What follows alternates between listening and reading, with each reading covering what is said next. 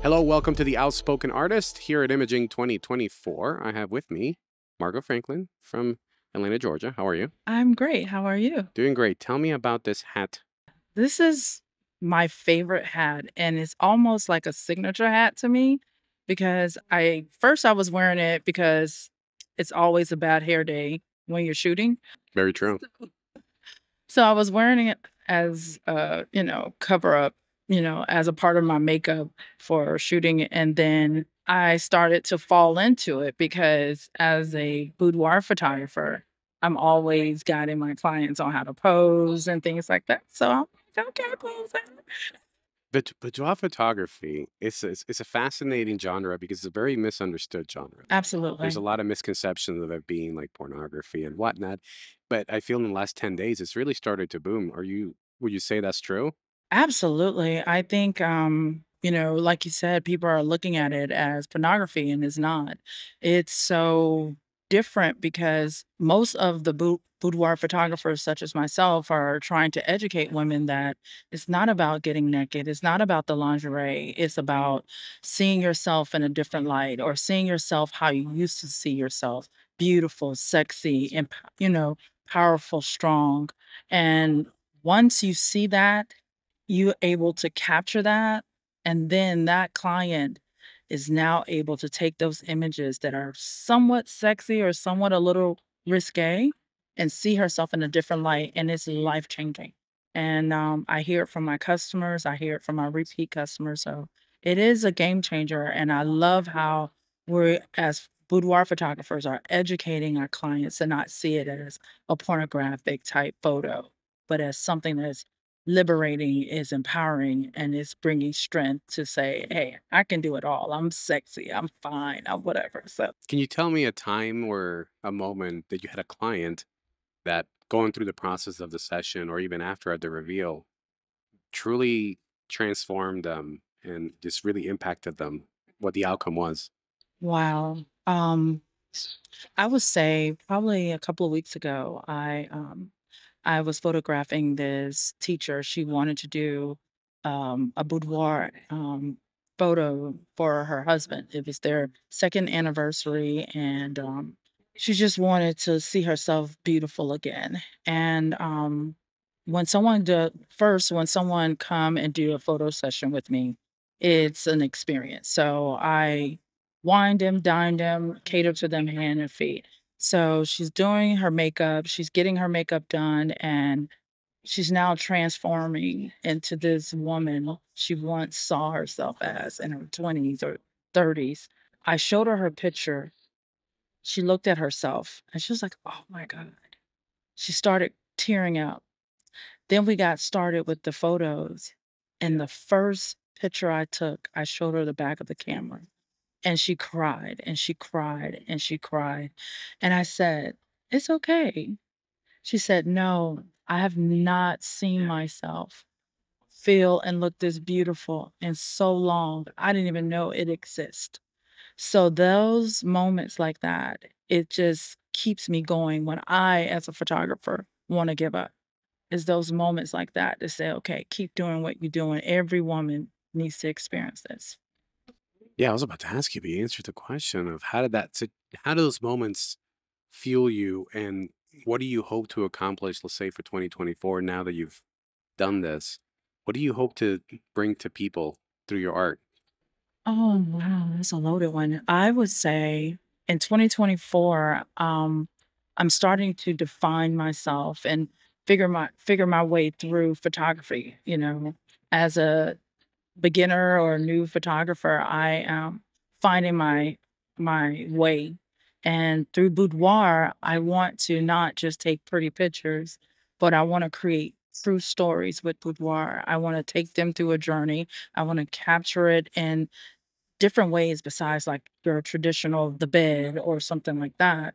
I wanna take it to, like, architecture, like, bringing some, going to different places, going, like, waterfalls in the back or making them the actual, um I'm trying to think of the right word, but I want them to be in a painting, and they are the subject matter, and I wanna be able to you look at it and they're in an enchanted forest and that subject right there, and it's telling a story of vulnerability, it's telling a story of, and you can see that through that piece of art. So I don't know if I'm explaining it correctly, but that's what I want. I wanna take it just bigger than just the bedroom or the traditional boudoir No, photos. nice. Next level of that. Are you an educator as well? I'm not. Believe it or not, I, started this journey in, 20 December of 2020. Oh wow. My husband, Keisha Franklin, he's, a photographer, headshot photographer, corporate, branding, stuff like that, and I was just his assistant. And I stumbled on this through a conference. We were at one of the Shutterfest conference, and I was there, and I saw this woman taking beautiful pictures, and I'm like, "Wow, I love IT, but maybe I can do this too." You know, I like making women feel pretty, like, just in conversation or just walking by, I like to uplift women, and I was like, maybe I can try this." I'm creative, but had no clue what a f-stop or a shutter or any of those things were, so he bought me a camera that day, and then from that moment, I just started playing. I wanted to learn. I started paying, going, taking classes, hiring a mentor to make me a better photographer. Because I said, "If I'm gonna do it, I wanna do it right." So, that's what I started doing. Do you feel that there's an absence of this uplifting of women from other women in today's culture? Wow, when I first started, I felt like that. I felt like I didn't have, anyone that I could relate to, of color or, of other ethnicities that I could really call and ask questions. And then I met some friends, some photographers just in passing, and they knew my struggle. They knew I was a beginner, and we developed this community we called it the two commas. And they just took me under their wings and they were just mentoring me with, like, this is how you start. This is what you should do. Try this, try that. But I felt like I didn't have that single woman. I didn't have those type of connections with other women to kind of help take me under my wings. But as time progressed, I was like, well, maybe I did have those women. I just didn't do my part to reach out. And now I have community of women like Veronica, Sophia Barrett, Leslie Andrews. All these women have found me, and they're like, "Hey, let me help you walk you through this journey." And it's just been amazing. That's wonderful. So for someone who's starting out in boudoir, I'm hearing things such as mentoring is great, trying to find a community of photographers. What are some of the things you would recommend to someone looking to get into this particular space of photography to start to just get the ball rolling? What are some things that you learned along the way? One, you have to first real know that this is what you want to do. Because you're shaping women of all colors, sizes, and ethnic, all women. And if you don't love what you do, it's not gonna show. You're just gonna show like, hey, you're walking into something and I'm doing it because I need to make money. But if you really love the art of boudoir and beauty, you're gonna take the time to be a great business owner, understanding how to market to those women, how to say the right words to get them to want to patronize your business. So for me, I would say not just building a community, mentoring, but you got to make sure you have the right tools. And speaking of tools, as one of the owners of Lead Savage, those tools like how to properly email market your clients, creating funnels, creating automation to speed that process. Because if you let that client sit for too long, now you've given an opportunity to another boudoir photographer. So, how to really dive into your business, maximize every contact that's coming in so that you can be successful. It took me a minute to get there. So, that's why this tool, Lead Savage, exists because now I have a tool that I can show and teach other, not I'm not saying I want to be an educator, but I want to provide a tool that I had to go through the hard knocks to figure out. Instead of using multiple tools, here's one tool that can streamline your business so that you can be successful. I can see where your IT background plays into the lead savage because I'm guessing that has some influence in that. And how has the, I guess not so much transition because you're still kind of in the IT world. How has now tackling art changed your life from coming from IT? How has Boudoir changed you? Mm. It's from an artistic perspective, it's different, kinda.